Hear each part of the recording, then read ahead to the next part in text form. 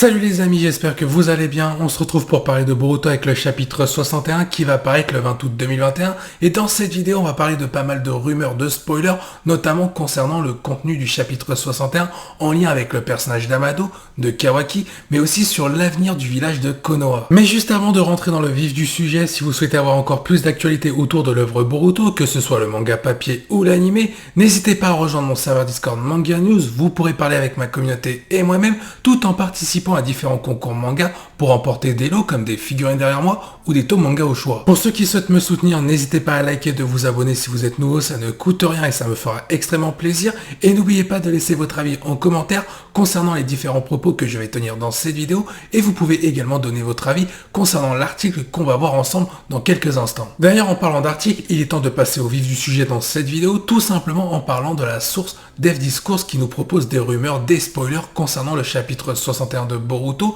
Vous pourrez trouver le lien dans la description si vous voulez aller jeter un œil par vous-même. Je vous propose qu'on lise l'article maintenant. Rumeur autour du chapitre 61 de Boruto. Le chapitre 61 de Boruto pourrait révéler une menace imminente sur le village de Konoha. Les véritables intentions de Kawaki vont se dévoiler. Il va tout faire pour mettre en place son plan afin de protéger Konoha et le 7e Hokage. Amado va profiter des faiblesses psychologiques de Kawaki, mais celui-ci ne devrait pas se laisser faire. Kawaki va tenter de dévoiler la stratégie sombre d'Amado. J'espère que cet article vous a plu. N'hésitez pas à donner une note entre 1 à 10. Plus vous allez vers 10, tout simplement c'est que vous croyez en ces rumeurs. Et plus vous allez vers 0, c'est que vous n'y croyez pas du tout. Et surtout, n'hésitez pas à donner des arguments sur pourquoi vous y croyez ou pourquoi vous n'y croyez pas. Bien, parlons déjà de la première information, la fameuse attaque imminente sur le village de Konoha, certainement organisée par le personnage de Code, Damon et Eda. Alors, est-ce que dans le chapitre 61, il va y avoir ce fameux combat entre les shinobi et la fameuse team de cyborg organisée par Code?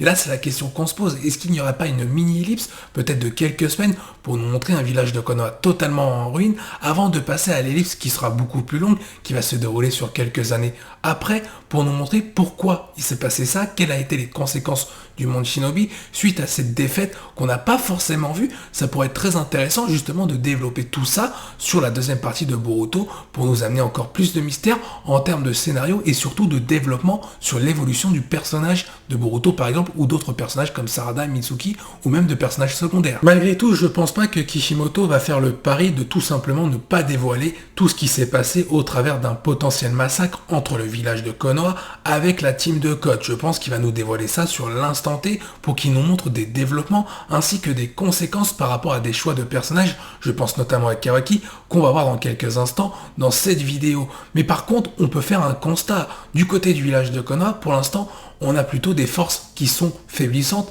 avec Naruto qui a perdu Kurama, Sasuke son renégade, et de l'autre côté, on a Code et ses compatriotes qui sont plutôt dans le mouvement en puissance, c'est-à-dire qu'on a un Code qui se renforce, que ce soit par son équipe ou tout simplement individuellement, et qui peut encore se renforcer par rapport à son limiteur qu'il doit désactiver afin de retrouver toute sa puissance. À première vue, si on dresse le bilan, on sait que Code est plus fort que Jigen sans limiteur, d'ailleurs ça a été dit par Amado, que tous les cyborgs qu'il a conçus, ou les 3/4, étaient plus forts que Jigen, donc Ishiki avec son réceptacle, et qu'on sait que Naruto et Sasuke, face à Jigen, alors qu'ils étaient à pleine puissance tous les deux, ils se sont pris une véritable humiliation. Sauf que cette fois-ci, Naruto, comme je l'ai dit, n'a plus sa force principale qui était Kurama, et Sasuke son renégade.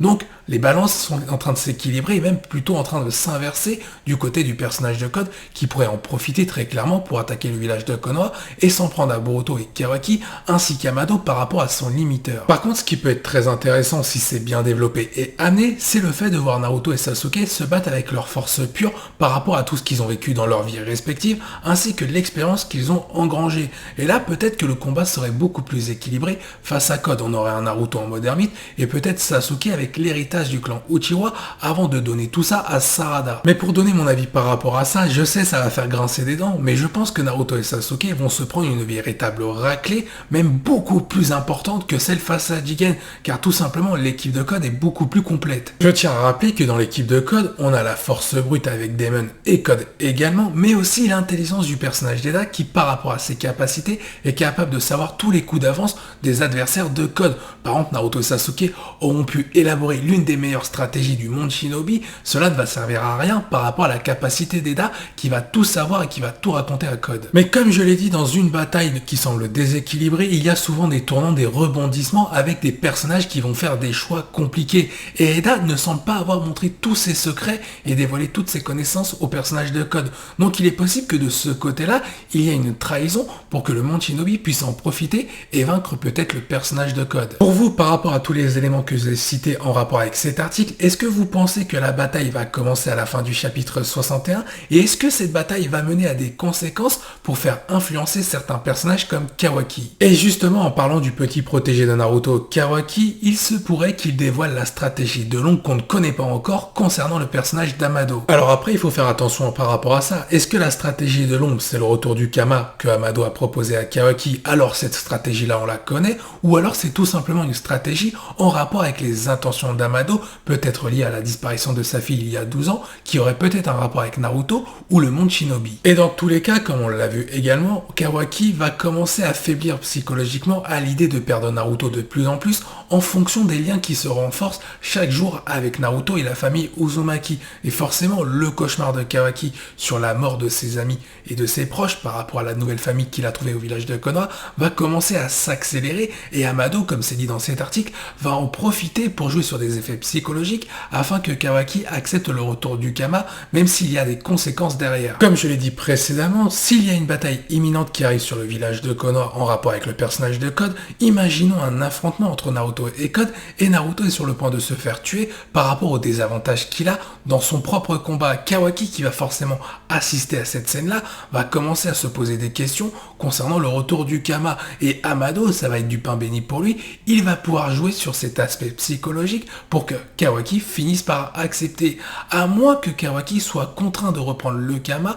par rapport à Amado qui l'aurait manipulé et pourquoi pas kidnappé. Surtout qu'on a tendance à oublier pas mal d'éléments qui ont lieu sur ces derniers chapitres. Amado est en train de concevoir une alliée pour le village de Konoha qui ressemble au cyborg de Delta. Je rappelle que Delta a fait souffrir durant l'enfance Kawaki par rapport aux nombreux coups qu'il a subis. Alors admettons Naruto approuve la décision d'Amado pour réactiver ce cyborg pour en faire soi-disant une alliée pour le village de Konoha, peut-être que Kawaki ne va pas accepter la décision de Naruto et il va commencer à se dire pourquoi il accepte un cyborg qui m'a fait souffrir à l'époque alors qu'il était très bien au village de Konoha par rapport aux d'autres forces en présence. Et Amado justement va jouer sur ça en disant à Kawaki que finalement Naruto est un peu comme Jigen, il accepte toutes les personnes, même ceux qui ont fait des crimes impardonnables. Je vais aussi rajouter quelque chose qui paraît troublant, mais le personnage de Delta, quand il avait été envoyé au village de Konoha, elle avait pour mission de récupérer Kawaki pour le ramener à Kara.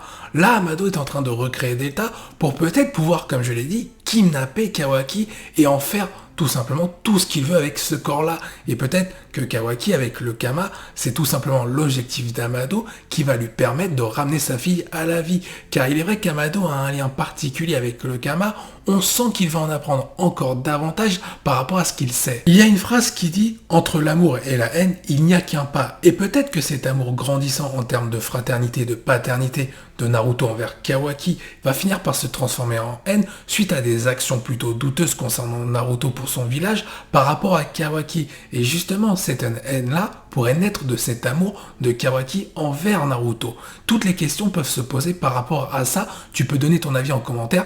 Est-ce que d'ailleurs tu penses que le Kama pourrait revenir dans le chapitre 61 pour marquer peut-être le déchirement de la relation entre Kawaki et Naruto? Ce n'est pas à exclure. Cela pourrait expliquer pas mal de choses, notamment ce qu'on a vu lors du chapitre 1 quand Kawaki et Boruto s'affrontent, avec un Kawaki qui semble avoir fait quelque chose à Naruto et qui est prêt à en découdre avec Boruto. Sur ce, je vous dis à la prochaine, portez-vous bien et n'oubliez pas que la volonté du kate soit avec vous.